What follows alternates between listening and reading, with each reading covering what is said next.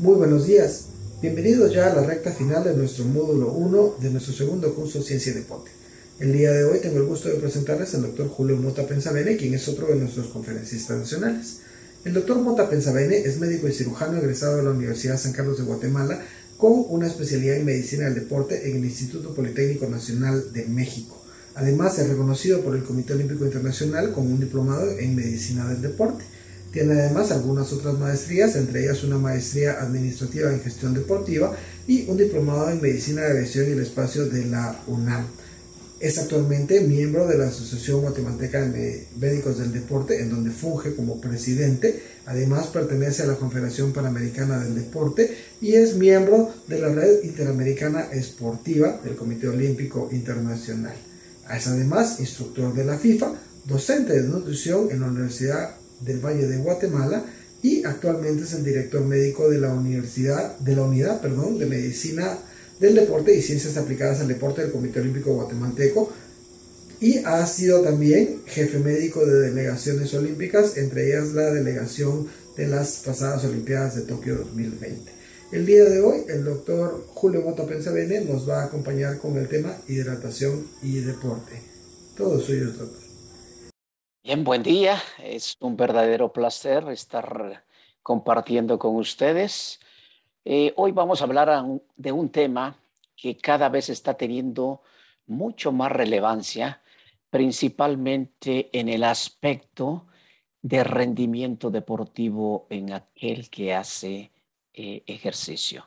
Y es básicamente sobre la hidratación y su importancia cuando realizamos el ejercicio.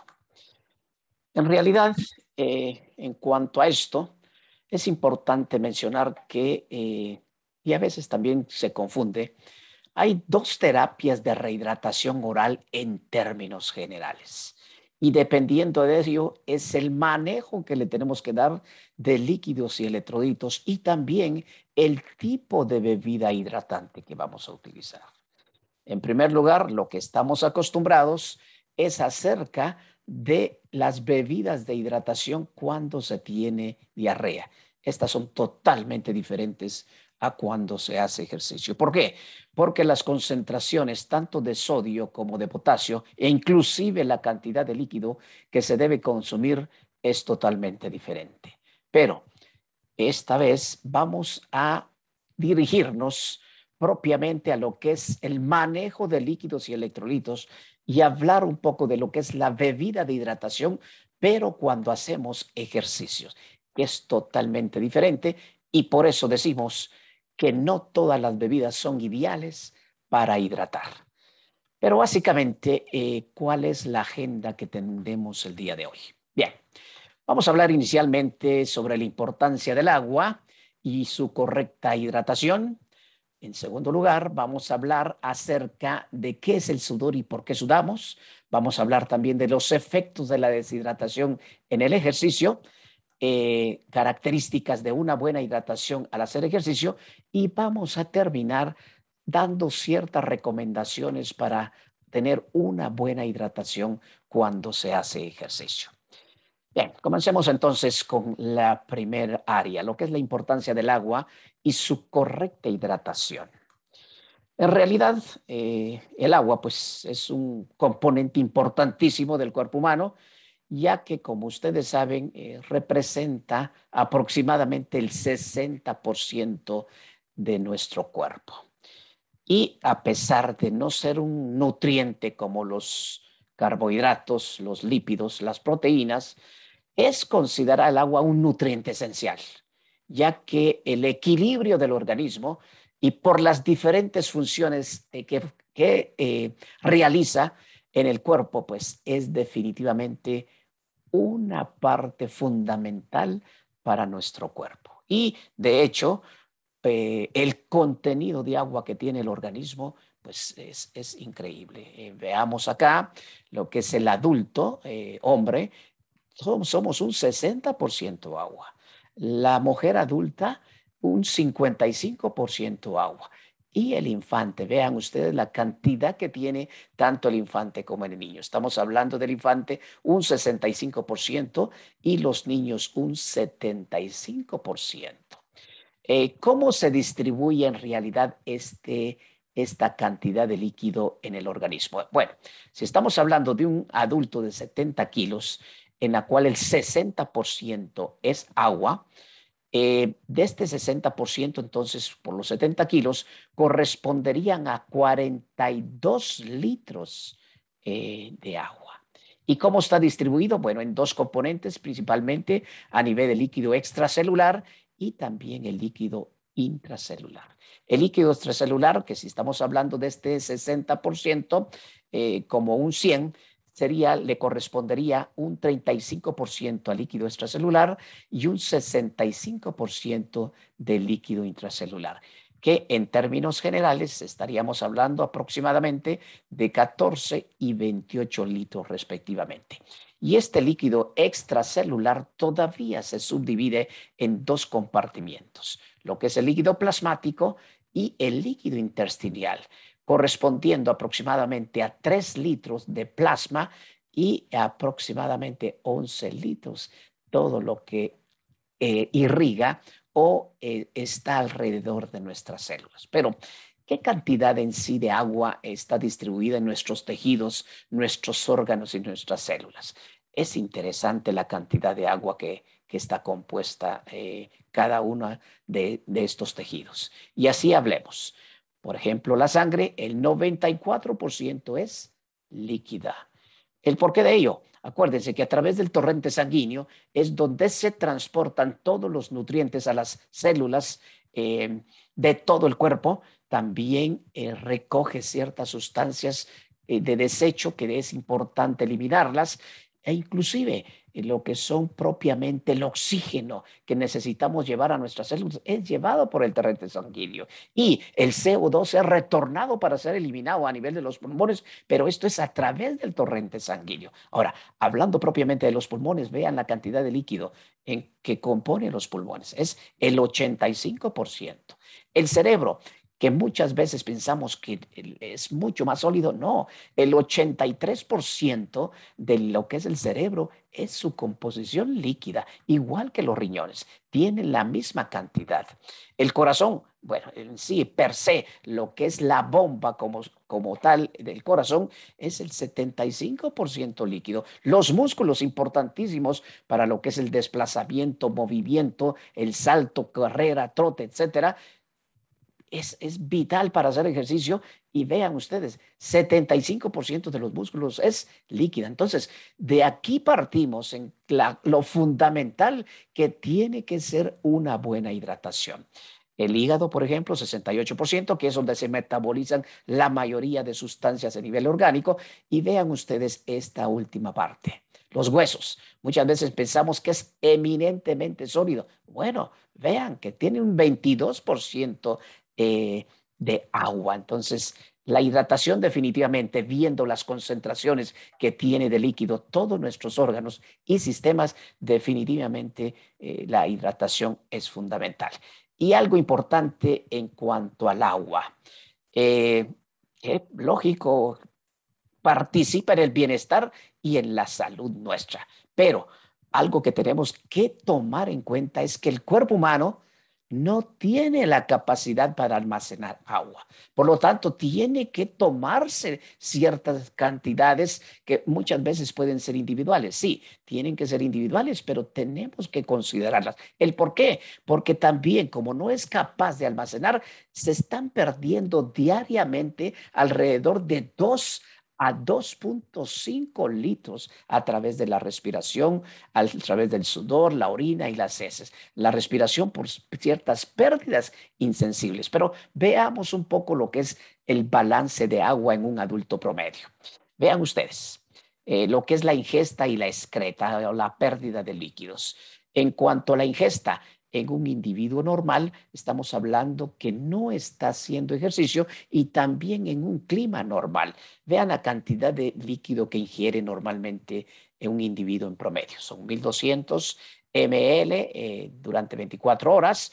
También la cantidad de agua que contienen los alimentos que consumimos, mucho de ello se debe a frutas o verduras, y por la oxidación de alimentos también se produce cierta cantidad, que en total aquí estamos hablando de 2.500 ml de agua, pero vean la cantidad de líquido que estamos perdiendo.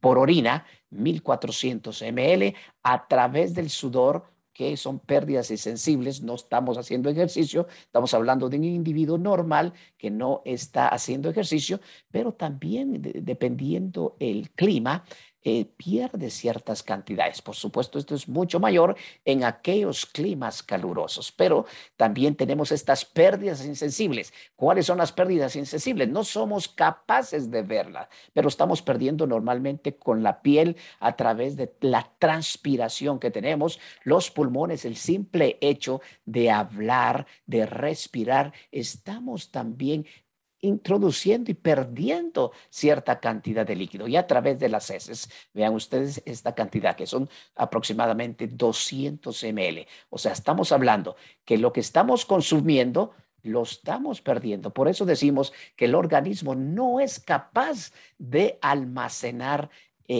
agua. Ahora, veamos qué sucede en un ambiente caluroso. Vean ustedes, entonces un ambiente caluroso nos llama a beber más líquido. Aquí son 2.200, el agua de los alimentos y también de por oxidación. Si tenemos una dieta similar, es la misma cantidad. Es básicamente se incrementa por la cantidad de agua que consumimos, que aquí serían 3.500, pero vean lo que perdemos.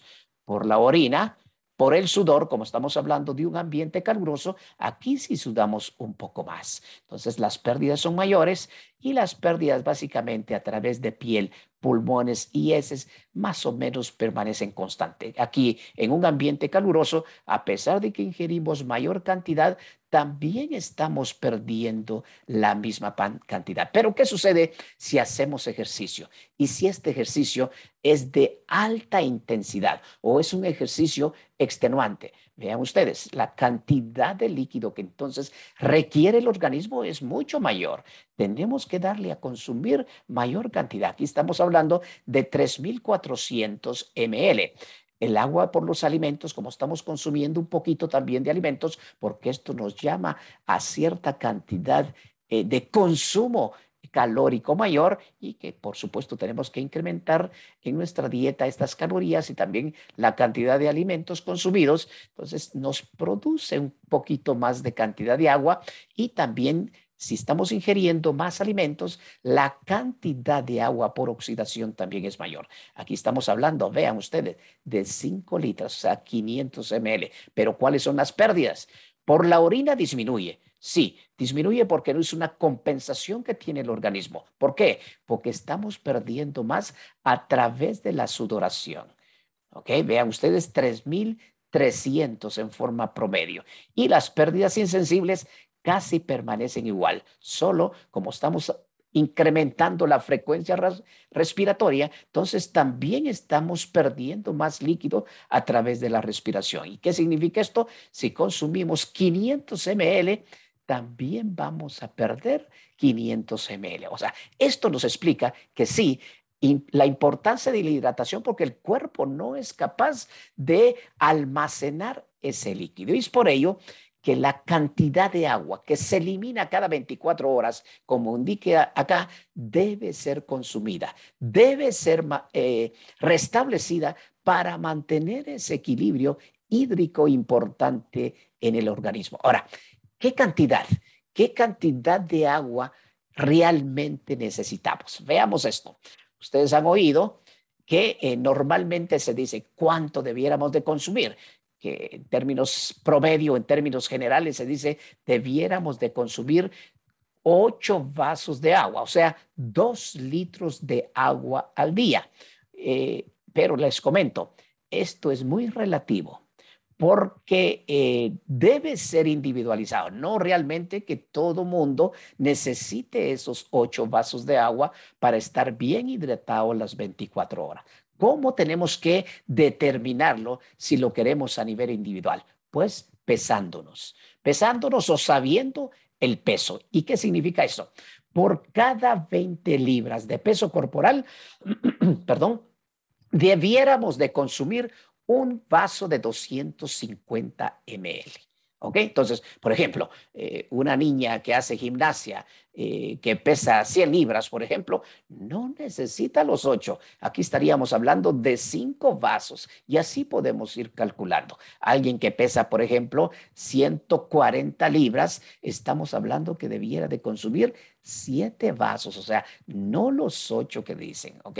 Entonces, esto es una forma de hacerlo más individualizado, más personalizado, ¿ok? Y es un dato interesante porque todos conocemos nuestro peso y es la cantidad de líquido que debiéramos de consumir durante las 24 horas. Bien, hablemos del segundo aspecto acerca del sudor y por qué sudamos y principalmente qué sucede cuando hacemos ejercicio. Bueno, definitivamente cuando hacemos ejercicio tenemos ciertas pérdidas de líquido a través de la sudoración. ¿Por qué sudamos? Lo vamos a ver a continuación en otras diapositivas que le presente. Sin embargo, esta es una necesidad fisiológica porque necesitamos mantener la temperatura corporal estable. Y no importando qué tipo de ejercicio realicemos ni a qué edades practiquemos, porque puede ser también en infantes, puede también ser en edad de adulto mayor o cualquier actividad deportiva de alto rendimiento. Esto significa sudar. Ahora, ¿cuál es la importancia de la sudoración durante el ejercicio? Bueno, la sudoración durante el ejercicio definitivamente es el principal mecanismo de regulación y médicamente le decimos esto es para mantener la homeostasis, para mantener el equilibrio orgánico. ¿Y cómo hace el cuerpo para mantener esa temperatura? Bueno, básicamente es a través de la evaporación del sudor. Con eso vamos sacando esa temperatura que tenemos extra y que se incrementa al hacer ejercicio, pero también vamos enfriando el organismo. Pero lo que sucede con esta disipación del calor, con esta evaporación del calor, es que tenemos que tener mucho cuidado porque nos puede conducir a un problema y que es la deshidratación, especialmente si no consideramos la ingesta hídrica adecuada. Pero hablando del sudor, ¿qué es el sudor? Básicamente es un líquido, como indica acá, compuesto por agua y sales minerales y tiene una ínfima cantidad de otras sustancias. Bueno, ¿pero qué contiene el sudor? Les comento, aproximadamente en cuanto a agua, el sudor es 97-98% agua. Y luego contiene un 2% más o menos de sodio, cloruros, potasio y otras sustancias, pero estas sustancias son ínfimas. Y aquí sí quiero hacer una pausa, principalmente en cuanto a este aspecto. ¿Qué otras sustancias tiene el sudor? Bueno, pues les comento. Tiene ácido láctico, tiene urea, tiene ácido urocánico, tiene levemente cantidades ínfimas de magnesio y también puede tener un poco de calcio. Sin embargo, ¿qué cantidad son estas otras sustancias? Pues les comento, es el 0.03%. Esto significa una cantidad muy, muy mínima. Y de aquí, ¿por qué quería la pausa? Porque, bueno, ¿qué sucede? Actualmente están diciendo que es adecuado hacer pruebas de sudor y agarrar una gotita de sudor para ver concentraciones de ácido láctico, que lo utilizamos mucho nosotros en medicina del deporte. No, no es lo adecuado, porque el sudor tiene una ínfima cantidad. Si todo esas sustancias son el 0.03%, lo que es ácido láctico es el 0.0000 algo por ciento, o sea, no es lo adecuado. Otro de los aspectos importantes, el sudor también tiene ácidos grasos. Entonces, ¿qué dice? Mientras más sudamos, más grasa vamos a perder. Esto no es cierto. O sea, peso sí perdemos porque estamos perdiendo líquido. ¿Ok?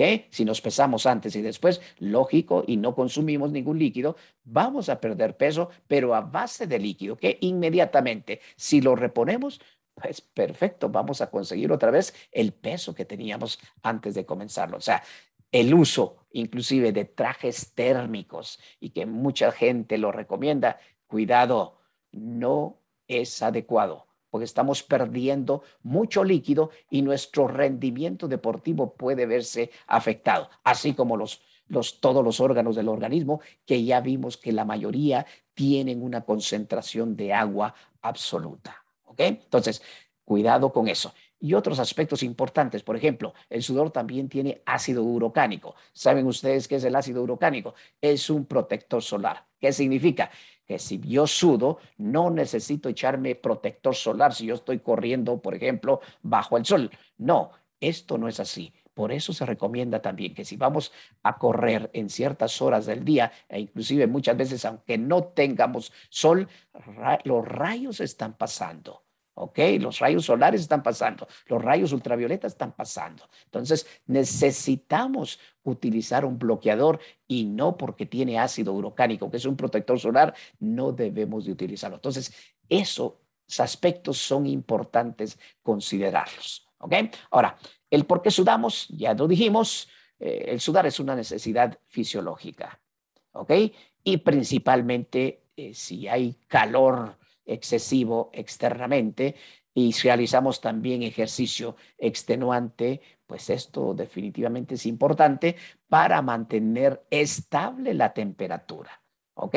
Ahora, ¿de qué depende la pérdida de agua y electrolitos cuando hacemos ejercicio? Bueno, definitivamente va a depender de la temperatura ambiental. Otro aspecto importante es la humedad relativa y el tipo de ejercicio que estamos haciendo, el tipo de esfuerzo que estemos haciendo. ¿Ok? O sea, no es el mismo, no es la misma cantidad de sudoración que podemos perder si estamos en un ejercicio de intensidad leve o moderada o de alta intensidad. ¿Ok? Mientras más alto, definitivamente la sudoración es mayor porque nos genera más problema de incremento de temperatura corporal.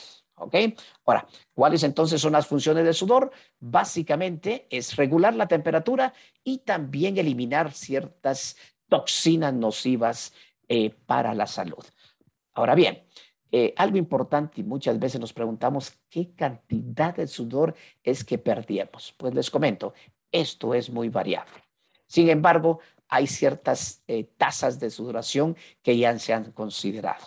Por ejemplo, una tasa de sudoración es si sudamos entre 0 y 1 litro de sudor por hora cuando hacemos ejercicio. Esto estamos hablando de una tasa de sudoración baja. Una tasa de sudoración promedio es de 1 a 2 litros por hora y alta son más de 2 litros, perdón, que inclusive les comento, se han determinado en ciertos estudios que, por ejemplo, futbolistas y estoy hablando de fútbol, que muchas veces hay otros deportes que pueden sudar más, pero en fútbol han llegado a perder 5 litros por hora, ¿ok? Cuando el clima también es bastante caluroso y la intensidad del ejercicio, la intensidad del partido es alta. Ahora, ¿de qué depende que unos individuos suden menos o más? ¿O por qué las mujeres, en términos generales, sudan menos que los varones? Hay varios factores. Uno de los más importantes es este. En realidad, esto es el tipo de glándula sudorípada, ¿ok?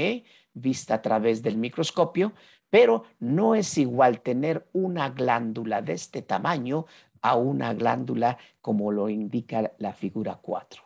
Lógicamente, si una glándula sudorípada es más grande, vamos a sudar muchísimo más. Y esto es lo que sucede básicamente cuando hablamos de hombre y mujer. Las mujeres tienen glándulas sudorípadas más pequeñas, o sea, el tejido de glándulas sudorípadas más pequeño en la mujer, entonces suda menos y lo podemos ver realmente si estamos haciendo ejercicio a la par de ellas. Generalmente nosotros sudamos un poquito más, aunque esto también es en forma individualizada. ¿Ok? Pero uno de los aspectos es esto, el tamaño de la glándula sudorípada es la que nos hace sudar más o menos. Y otros factores que nos hacen sudar más, si estamos hablando propiamente externos, principalmente en cuanto al clima, Y el tipo de ejercicio, pues el entrenamiento que tengamos, entrenamiento de leve, moderada o alta intensidad, es diferente la sudoración. Otro de los aspectos es que si tenemos una aclimatación a ese ambiente, o por ejemplo, muchas veces vamos a hacer ejercicio, vamos a competir áreas calurosas en Guatemala, al puerto, ir a Zacapa, ir a Puerto Barrios, definitivamente, pues estamos sudando muchísimo más y de eso depende también. Y hablábamos en cuanto a sexo, el hombre generalmente suda más que la mujer por tener una glándula sudorípara mucho más grande. Las intensidades del ejercicio también son importantes, el tipo de ejercicio también importante y algo que tenemos que considerar es esto, la vestimenta. Vestimentas. Si vamos a ir a competir, a entrenar a áreas calurosas, debemos de utilizar vestimenta que no nos hagan sudar más. ¿Ok? Entonces, generalmente vestimenta de color oscuro no debiéramos de utilizar en áreas de calor. Por ejemplo, negro. ¿Ok? Que en cuanto a colores, también influye mucho el tipo de tejido de la vestimenta que utilicemos. Si vamos a utilizar tipo sintético, tipo poliéster, por ejemplo, nos va a hacer sudar muchísimo más. Entonces, si vamos a un área de calor, vamos a utilizar preferiblemente en cuanto al tejido que sea de algodón y vestimenta de color claro. Y todo lo contrario, por supuesto, si es un área de frío, ahí sí podemos utilizar un color más oscuro como el negro o vestimenta de poliéster que nos va a retener un poquito y nos va a guardar un poquito más la temperatura para que no nos enfriemos. Y otros aspectos importantes que nos hacen sudar más o menos propiamente en cuanto al clima, la humedad relativa, la temperatura ambiental, que es importantísima, la radiación solar y la velocidad del tiempo, del viento, perdón, que también debemos de considerarla. Pero propiamente en cuanto al sudor, entonces, tiene una parte buena y una parte mala. Lo bueno del sudor, ¿qué sería lo bueno? Bueno, que estamos transmitiendo el calor desde el interior hacia afuera del cuerpo. Con esto vamos a disipar ese calor para mantener la temperatura adecuada y enfriar el organismo. Pero ¿cuál es lo malo? ¿Cuál es lo malo del sudor? Lo malo es que estamos teniendo una fuga. Una fuga que igual que este río que ven ustedes aquí, va llevándose agua, va transportando esa agua, vamos perdiendo esa agua y eso es lo que nos conduce a ciertos síntomas que puede dar la deshidratación, que puede comenzar desde una sed profusa, dolores de cabeza, hay debilidades, calambres, hay irritabilidad y nos puede llevar también a incoordinación e irritabilidad. Algo importante, la sensación principalmente de calor que sentimos en la parte posterior del cuello, lo que es la nuca. Por eso muchas veces lo que conviene cuando entrenamos o competimos en áreas calurosas es poner una compresa de agua fría o de hielo en la parte posterior del cuello, o sea, la nuca. Esto hace que la irrigación que vaya al cerebro, también el cerebro reciba menos cantidad de irrigación con calor y nos ayude a discernir mejor, a coordinar mejor, que son aspectos importantes cuando estamos haciendo ejercicio, cuando estamos haciendo deporte. Ahora, si no tomamos en cuenta esto, ¿a qué nos lleva? A un mal rendimiento deportivo. ¿Y qué es lo que tenemos que evitar? Pues esto es básicamente el conocimiento que tenemos que tener en cuanto al sudor. Pero el tercer aspecto que quiero hablarles, que son los efectos de la deshidratación durante el ejercicio. Bueno, aquí sí es importante que recordemos que la mayoría de procesos biológicos se realizan en medio líquido.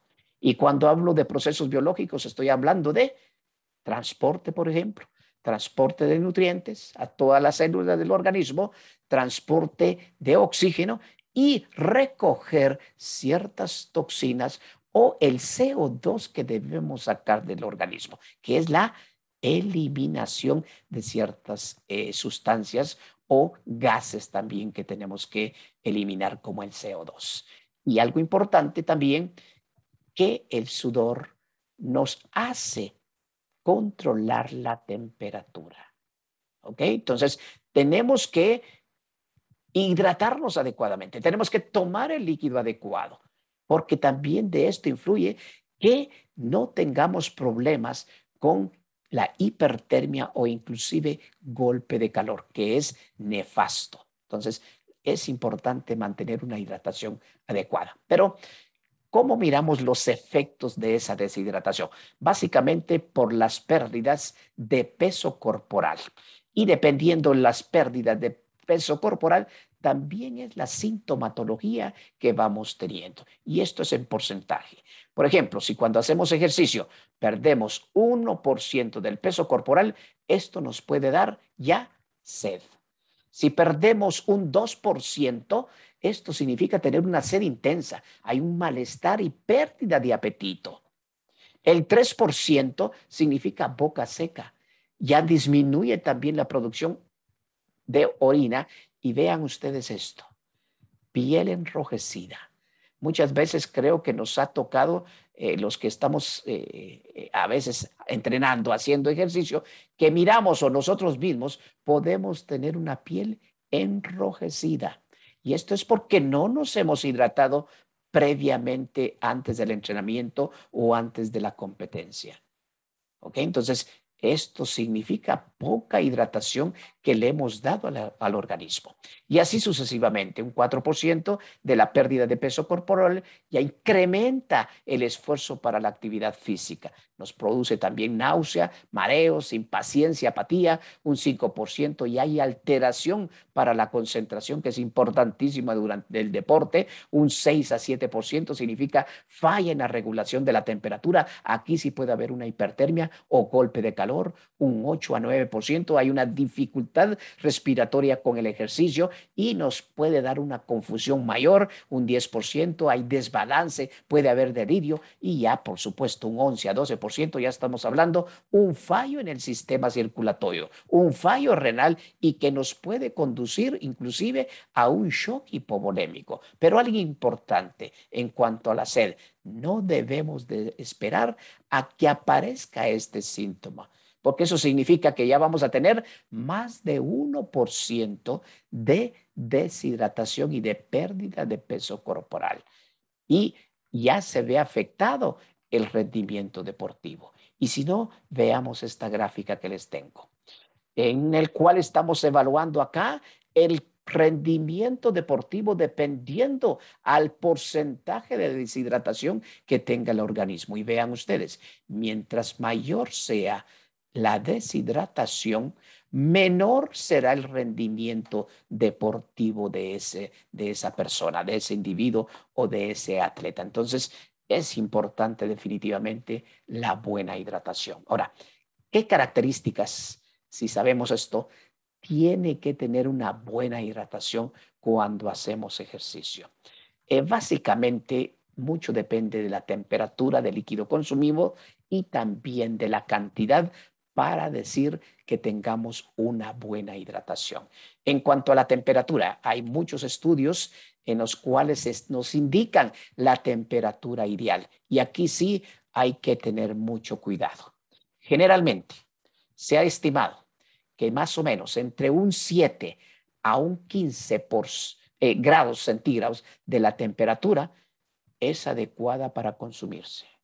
Mayor a ello, hay un enlentecimiento de vaciamiento gástrico, igual que si baja de un 7%. Mucha gente lo que hace es colocarle, por ejemplo, hielo a la bebida, pero si está a una temperatura menor a un 7%, también hay una disminución del vaciamiento gástrico y absorción intestinal.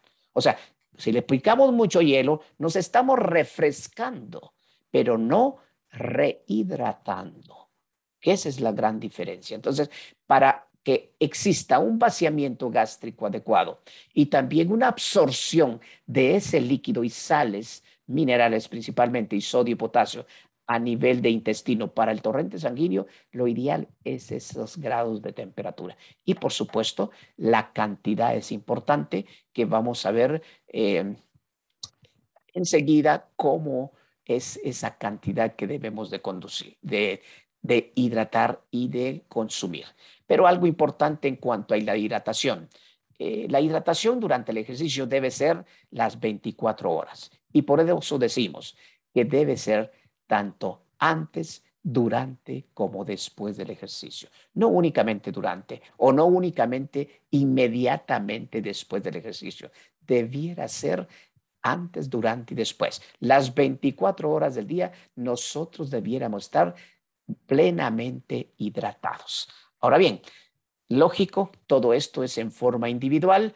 Cada persona, dependiendo del tipo de actividad que realice y también la temperatura ambiental, inclusive aspectos propiamente de la biomecánica del organismo, dependen también la cantidad de líquido que vamos a consumir. Y por supuesto, ¿qué sucede si iniciamos un entrenamiento o iniciamos una competencia ya en estado de deshidratación? Esto va a perjudicar totalmente nuestro rendimiento físico y principalmente es mayor en aquellos deportes o ejercicios de alta intensidad y por supuesto en la cual la resistencia cardiovascular se ve involucrada en esto. Y si no, veamos qué sucede con la deshidratación y el rendimiento físico aquí también. Y especialmente si comparamos la bebida de hidratación o la bebida deportiva que vamos a consumir. Vean ustedes en cuanto a tiempo de ejercicio y qué sucede con las frecuencias cardíacas. Si no tomamos nada, absolutamente no nos hidratamos, las frecuencias cardíacas nos pueden subir muchísimo más y esto nos disminuye el rendimiento deportivo. Ahora, ¿qué sucede si nos hidratamos o con una solución que tenga sal? Bueno, por supuesto en concentraciones adecuadas, porque tampoco tiene que ser con sodio elevado. Vean ustedes, esto es mucho mejor y las frecuencias cardíacas no nos incrementan tanto. Entonces, ¿qué significa esto? Que una buena rehidratación debe ser no solo con agua, sino que debe de contener los electrolitos que perdemos a través del sudor. Ahora, aquí hay una diferencia importante y desde el inicio se los indicaba. Es diferente la bebida hidratante para un problema diarreico que para un problema de deshidratación por ejercicio. ¿Qué sucede? Si es un problema gastrointestinal, la cantidad de sodio y potasio que perdemos es muchísimo mayor. Por eso están creadas las sales de rehidratación oral, la cual, pues por supuesto, tanto sodio como potasio son muchísimo mayor. Ahora, ¿qué sucede con la bebida deportiva o la bebida de hidratación para el deporte? No necesita gran cantidad ni de sodio ni de potasio. ¿Ok? Porque si nosotros le damos una cantidad mayor, tengan cuidado, porque acuérdense que todo químicamente va de alta a baja concentración. Y si extracelular tenemos más sodio, este sodio puede entrar a las células e inflarlas, por decirlo así, por retención de líquido. Y esto también nos incrementaría el peso por retención de líquido cuando estamos haciendo ejercicio y nos conduciría a disminuir el rendimiento deportivo. Entonces, son aspectos que tenemos que tener en cuenta, porque mucha gente dice, no, si estoy perdiendo sodio o potasio, lo que necesito y me voy a hidratar mejor con un sal de hidratación cuando hago ejercicio. Cuidado, porque las sales de hidratación están hechas para problemas diarreicos, no por pérdidas de electrolitos en sudor. Entonces, cada producto, por supuesto, ha sido criado con los fines determinantes para resolver su problema. Y eso también yo les diría, si alguien tiene un problema gastrointestinal con diarrea y yo le digo que consuma una bebida deportiva, me estoy quedando corto y no es lo adecuado, porque la cantidad de sodio y potasio que tiene una bebida deportiva no me va a suplir las pérdidas que se están teniendo en un síndrome diarreico. Entonces, cada producto fue creado para las necesidades específicas. Entonces, bebida deportiva para el ejercicio, sales de hidratación o lo que son ciertas bebidas de hidratación para problemas diarreicos que tienen concentraciones muchísimo más de sodio y potasio. Pero, ¿qué implica entonces una buena rehidratación? Aquí sí es algo importante. Les comento, si queremos llegar al estado fisiológico adecuado, la ingesta de agua pura no es suficiente. ¿Ok? ¿Por qué? Porque estamos perdiendo a través del sudor, por supuesto, cierta cantidad mínima, pero sí la estamos perdiendo de sodio y potasio. Entonces, idealmente debemos de consumir una bebida con electrolitos para reemplazar las pérdidas que estamos teniendo.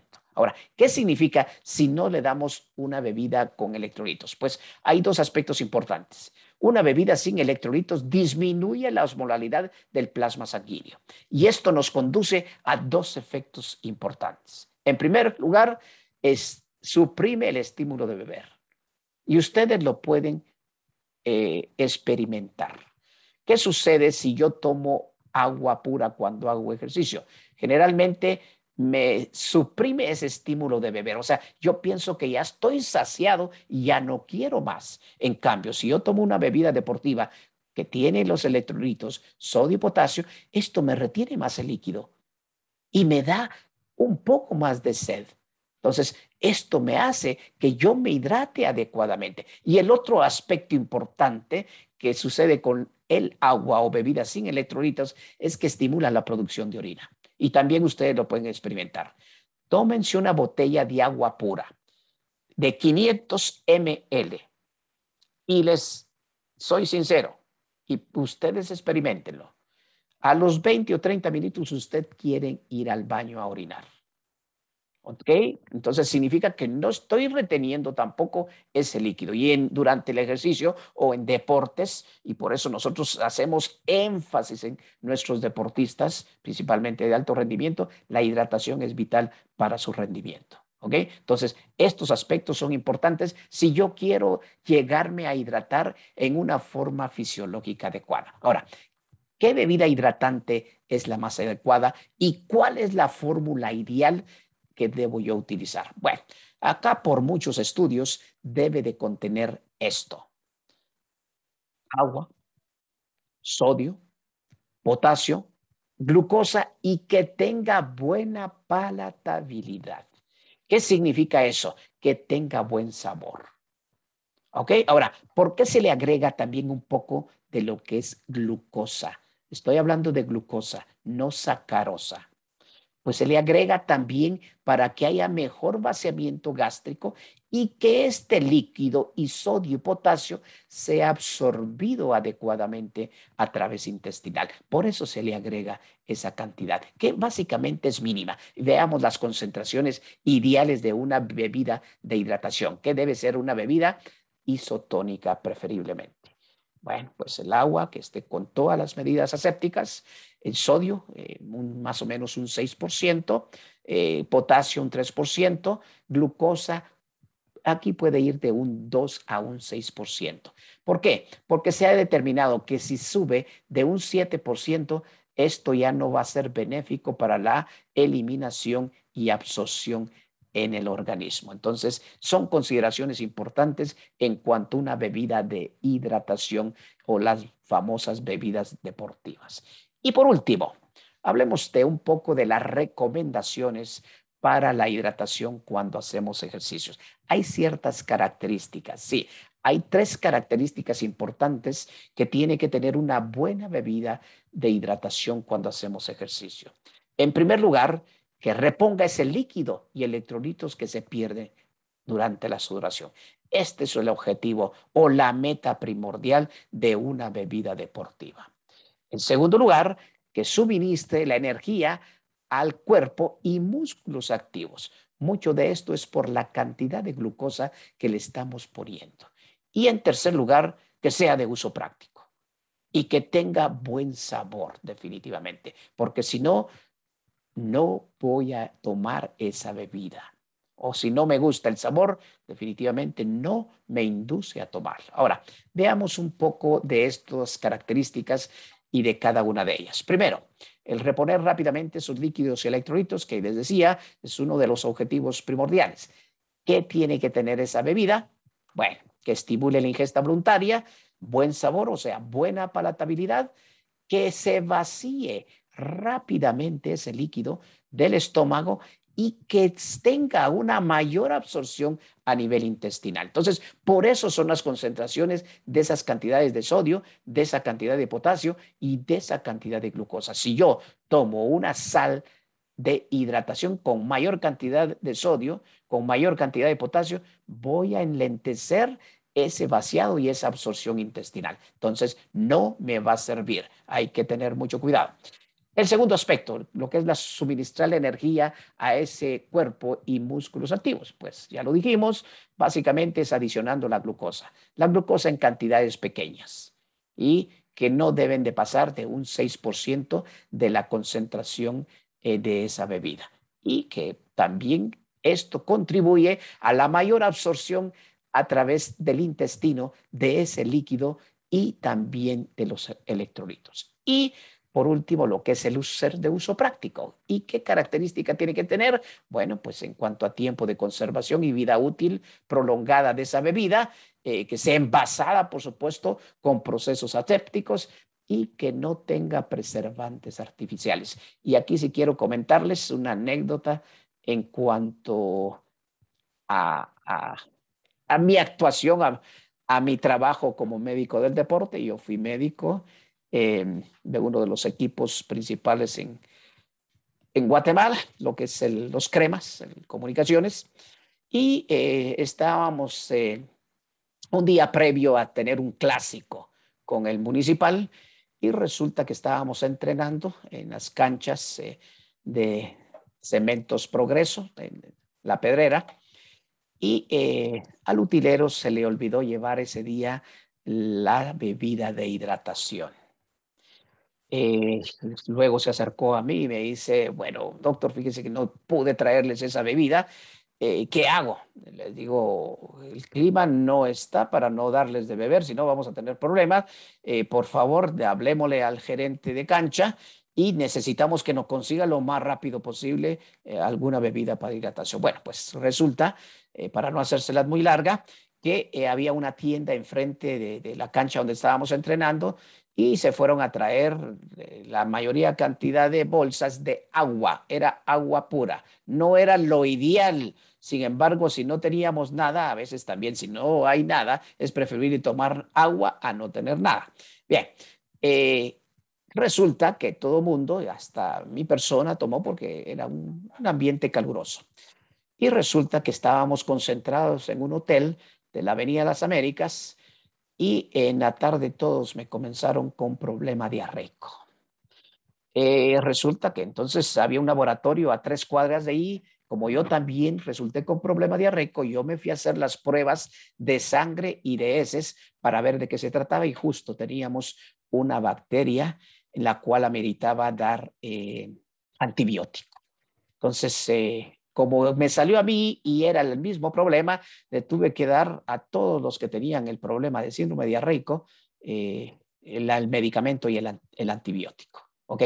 Que inclusive podría afectarnos el día siguiente en cuanto si no teníamos en consideración una buena hidratación también. ¿Ok? Y era un clásico y nos estábamos jugando el campeonato. Entonces, pero esto básicamente se los cuento porque aquí es el ser de uso práctico y que tenga todas las medidas de higiene adecuada y procesos asépticos adecuados. ¿Qué sucede con esas bolsas que fuimos a comprar? Probablemente tenían mucho tiempo y habían vencido o qué sé yo, algo tenían por ahí que definitivamente nos hicieron tener problemas gastrointestinales. Entonces, eso también hay que tener cuidado. Y otro aspecto en cuanto al uso práctico es que no tienen que tener cafeína, que no sean bebidas con alcohol, que no tengan gas, que no tengan acidificantes, los cuales, como indica esta diapositiva, puede limitar la ingesta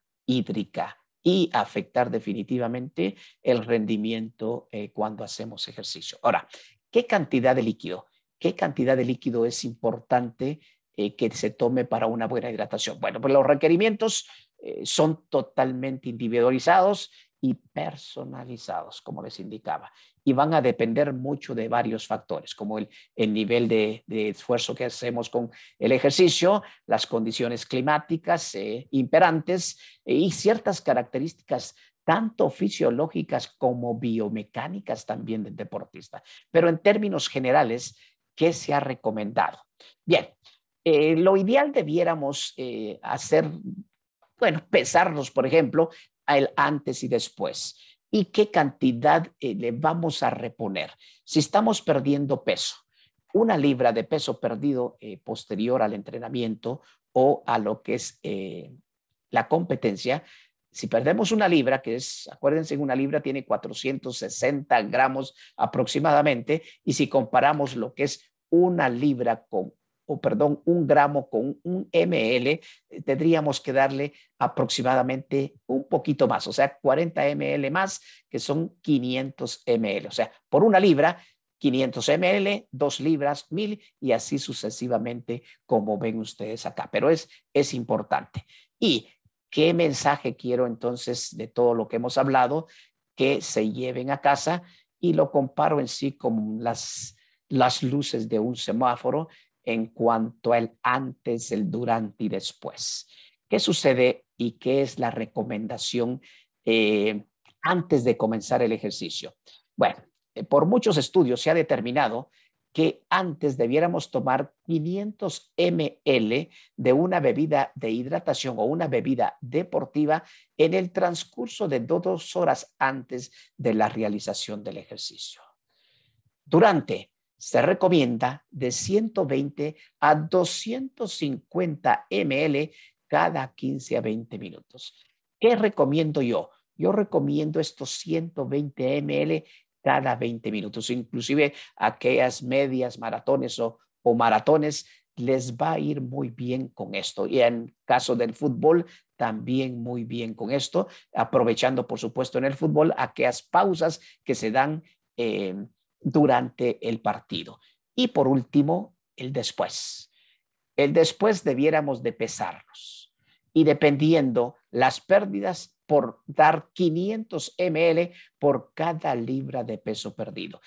Aquellos que nos escuchan y que no utilizan las libras, bueno, estaríamos hablando de medio kilo, utilizar por cada medio kilo de peso perdido, 500 ml. Pero aspectos importantes, ya dijimos, el agua muchas veces no nos llega al estado fisiológico adecuado, entonces una bebida con electrolitos definitivamente es mejor que el agua.